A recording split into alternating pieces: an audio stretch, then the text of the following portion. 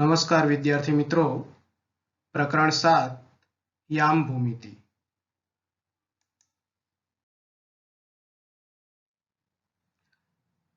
आ प्रकरण में આપણે ત્રિકોણના ક્ષેત્રફળ આધારિત કેટલાક દાખલાઓ જોઈશું। દાખલો છે જેના શિરોબિંદુઓ 2, 3, -1, 0, 2, -4 છે તેવા ત્રિકોણનું ક્ષેત્રફળ શોધો। અહીં આગળ બિંદુના નામ આપેલા નથી, એટલે આપણે બિંદુ લઈ લઈએ A, B અને C। એટલે A 2, 3, B -1, 0, C 2, -4 એ ત્રિકોણ ABC ના શિરોબિંદુઓ છે। અહીં બિંદુ A,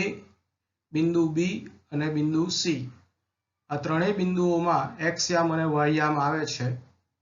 એટલે બિંદુ A ના x યામ તરીકે x1 અને y યામ તરીકે y1, બિંદુ B ના x યામ તરીકે x2 અને y યામ તરીકે y2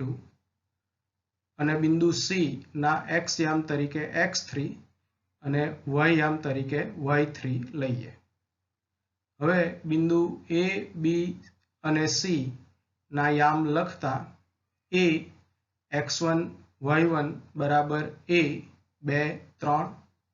B x2 y2 બરાબર B -1, 0, C x3 y3 બરાબર C 2, -4। હવે આપણે ત્રિકોણ ABC નું ક્ષેત્રફળ શોધવાનું છે। તો ત્રિકોણ ABC નું ક્ષેત્રફળ બરાબર 1/2 મોટા કૌંસમાં x1 કૌંસમાં y2 - y3 કૌંસ પૂરો વત્તા x2 કૌંસમાં y3 - y1 કૌંસ પૂરો વત્તા x3 કૌંસમાં y1 - y2 કૌંસ પૂરો મોટો કૌંસ પૂરો। હવે મિત્રો, ત્રિકોણનું ક્ષેત્રફળ શોધવા માટે આ જે સૂત્ર છે એ સૂત્ર ખૂબ જ મહત્વનું છે અને એને આપણે યાદ રાખવું પડશે। હવે આ સૂત્રને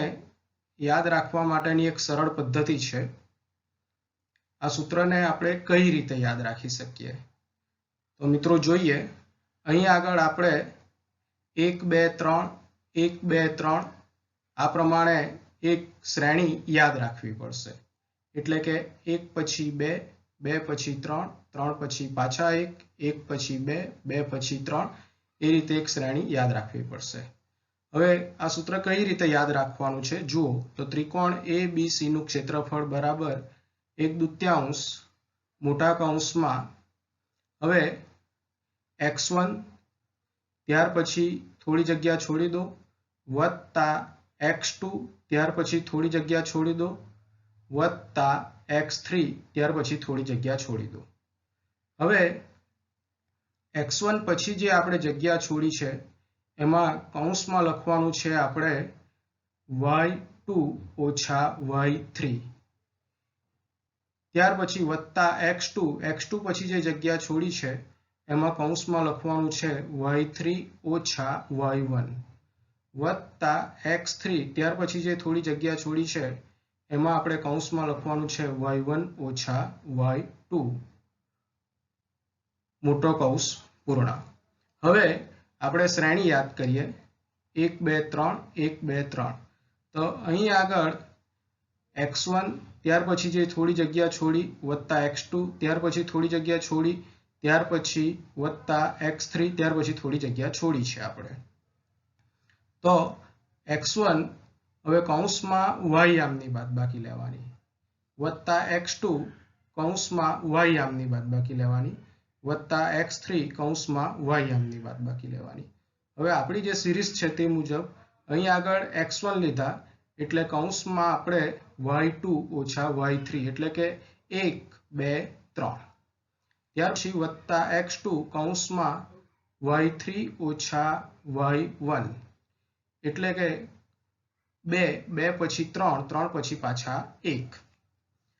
તે જ પ્રમાણે વત્તા x3 કૌંસમાં આપણે લીધા y1 ઓછા y2 તો 3 પછી 1 1 પછી 2 આ રીતે મિત્રો 1 2 3 1 2 3 આ રીતે જો આપણે શ્રેણી યાદ રાખીશું તો આ સૂત્ર આપણે સરળતાથી યાદ રાખી શકીએ ફરીથી એકવાર જોઈ લો સૂત્ર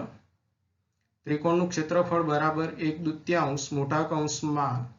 x1 થોડી જગ્યા છોડી દો વત્તા x2 થોડી જગ્યા છોડી દો વત્તા x3 થોડી જગ્યા છોડી દો મોટો કૌંસ પૂર્ણ હવે એટલે કે જે x યામ છે તેની આગળ વત્તાની નિશાની આવશે તમે જોઈ શકો x1 વત્તા x2 વત્તા x3 હવે x1 પછી જે જગ્યા છોડી છે એમાં y યામની બાદબાકી લેવાની તે જ પ્રમાણે x2 પછી જે જગ્યા છોડી છે એમાં પણ y યામની બાદબાકી લેવાની તે જ પ્રમાણે x3 પછી જે જગ્યા છોડી છે એમાં પણ y યામની બાદબાકી લેવાની તો y યામની બાદબાકી કેવી રીતે લેવાની તો અહીંયા 1 છે x1 છે એટલે 1 2 3 એટલે કૌંસમાં આપણે લેવાનું y2 ઓછા y3 એટલે 1 2 3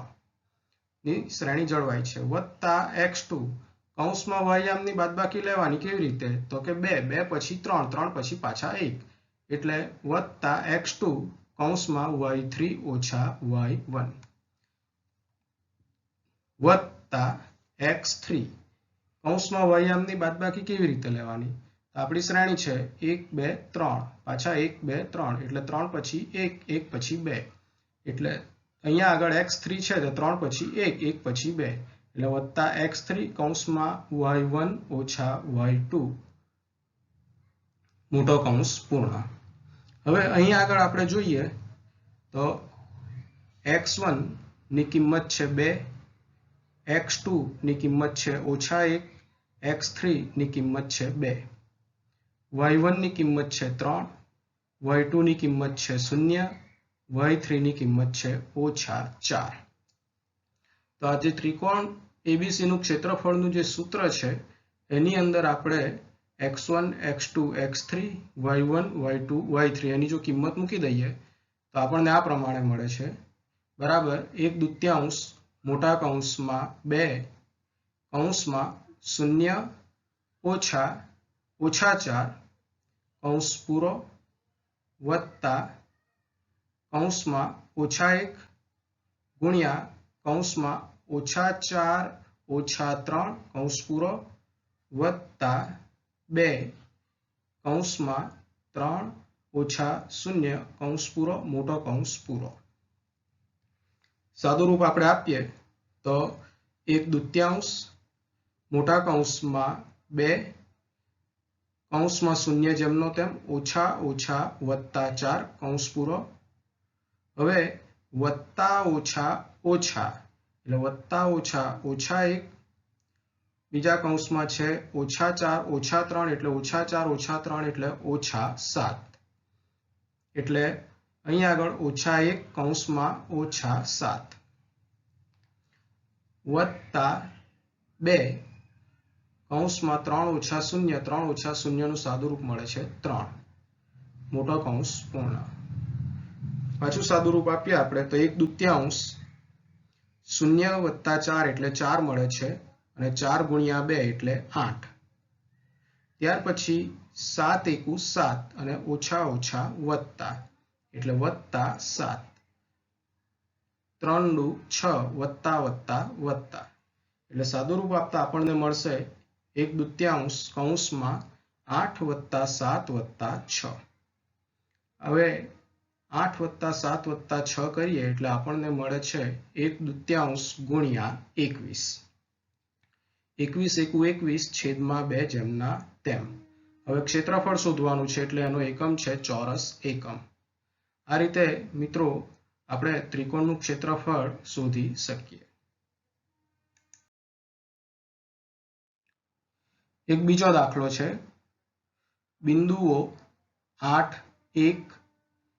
k ઓછા 4 2 ઓછા 5 સમરેખ હોય તો k ની કિંમત શોધો હવે મિત્રો અહીં આગળ આપણને બિંદુના નામ આપ્યા નથી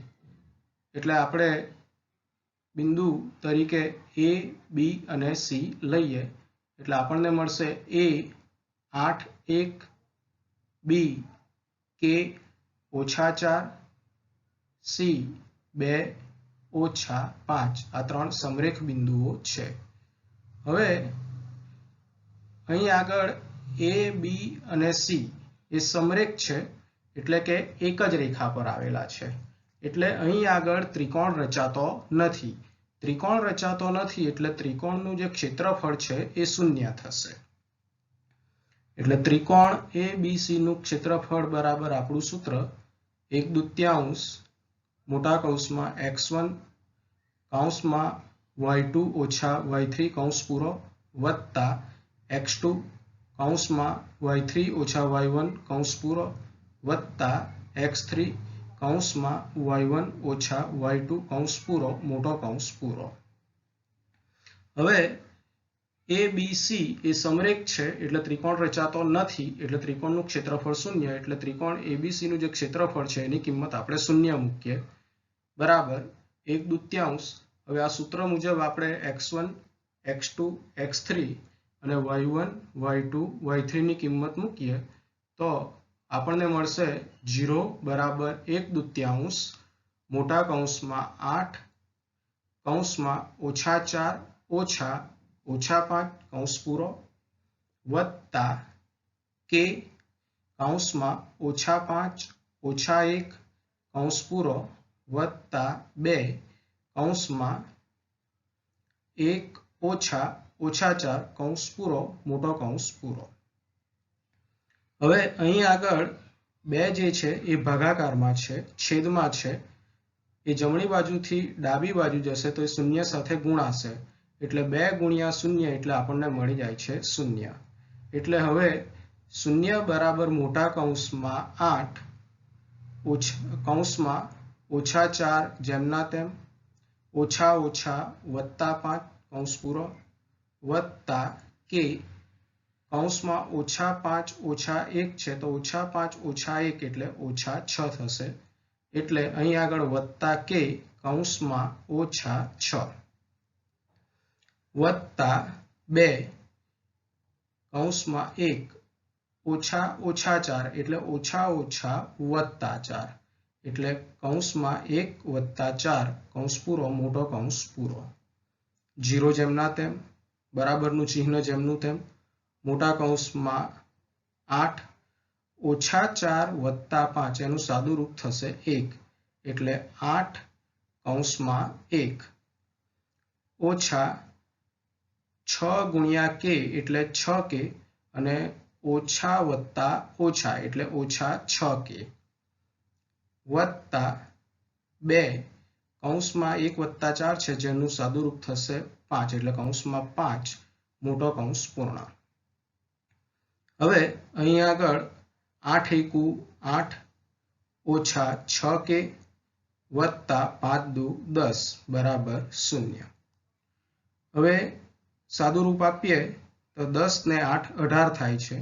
એટલે -6 કે વત્તા 18 બરાબર 0। હવે અહીં આગળ -6 કે ડાબી બાજુ છે ઋણ છે એ જમણી બાજુ આવશે તો ધન થશે સાઈડ બદલાતા એટલે આપણને મળશે 6 કે બરાબર 18। હવે 6 જે છે એ કે સાથે ગુણાકારમાં છે સાઈડ બદલાશે તો એ 18 ના છેદમાં આવશે એટલે કે બરાબર 18/6 અને 6 તારી 18 એટલે કે ની કિંમત આપણને 3 મળે છે।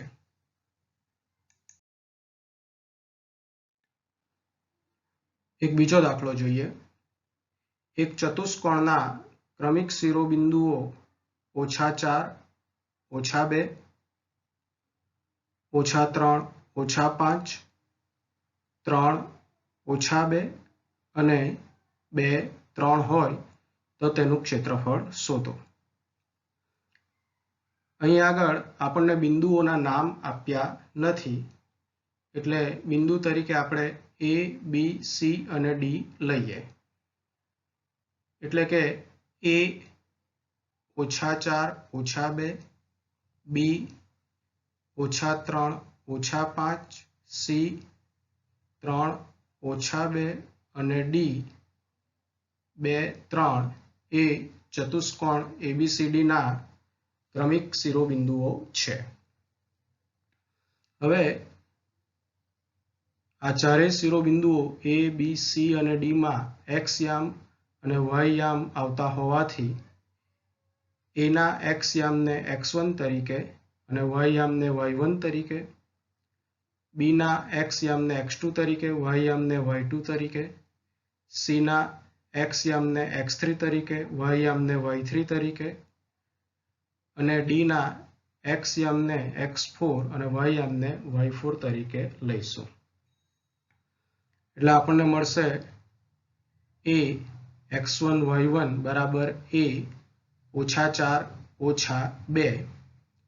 B x2 y2 બરાબર B -3 -5, C x3 y3 બરાબર C 3 -2, D x4 y4 બરાબર D 2 3। હવે મિત્રો અહીં આગળ આપણે ચતુષ્કોણ દોરીએ ABCD અને એમાં B થી D ને જો આપણે જોડીએ તો અહીં આગળ બે ત્રિકોણ રચાય છે। એક ત્રિકોણ છે ત્રિકોણ ABD અને બીજો ત્રિકોણ છે ત્રિકોણ BCD। હવે આ જે બે ત્રિકોણ છે ત્રિકોણ ABD અને ત્રિકોણ BCD એ બંને ત્રિકોણના ક્ષેત્રફળનો જો સરવાળો કરીએ તો આપણને ચતુષ્કોણ ABCD નું ક્ષેત્રફળ મળી જાય। વિદ્યાર્થી મિત્રો, ત્રિકોણનું ક્ષેત્રફળ શોધતી વખતે એક બાબત ખાસ ધ્યાન રાખવાની કે જો ક્ષેત્રફળ તરીકે જવાબ આપણને ઋણ સંખ્યા મળે તો પણ જવાબ આપણે ધન જ લેવાનો છે, કારણ કે ક્ષેત્રફળ કોઈ દિવસ ઋણ હોતું નથી। અંતર ક્ષેત્રફળ એ હંમેશા અનઋણ હોય છે, એટલે કે ઋણ હોતા નથી। હવે અહીં આગળ આપણે જોયું તે મુજબ કે ચતુષ્કોણ ABCD માં B થી D ને જોડવાથી ત્રિકોણ ABD અને ત્રિકોણ BCD એમ બે ત્રિકોણ મળે છે। હવે ત્રિકોણ ABD અને BCD માટે સૂત્ર કેવી રીતે લખવાનું? તો અહીં આગળ બિંદુ A ના યામ છે x1 y1, B ના યામ છે x2 y2 અને D ના યામ છે x4 y4। એટલે ત્રિકોણ ABD માટે સૂત્ર યાદ રાખવા માટે આપણે શ્રેણી 1 2 4 1 2 4 એ રીતે યાદ રાખવું પડશે। એટલે ત્રિકોણ ABD નું ક્ષેત્રફળ બરાબર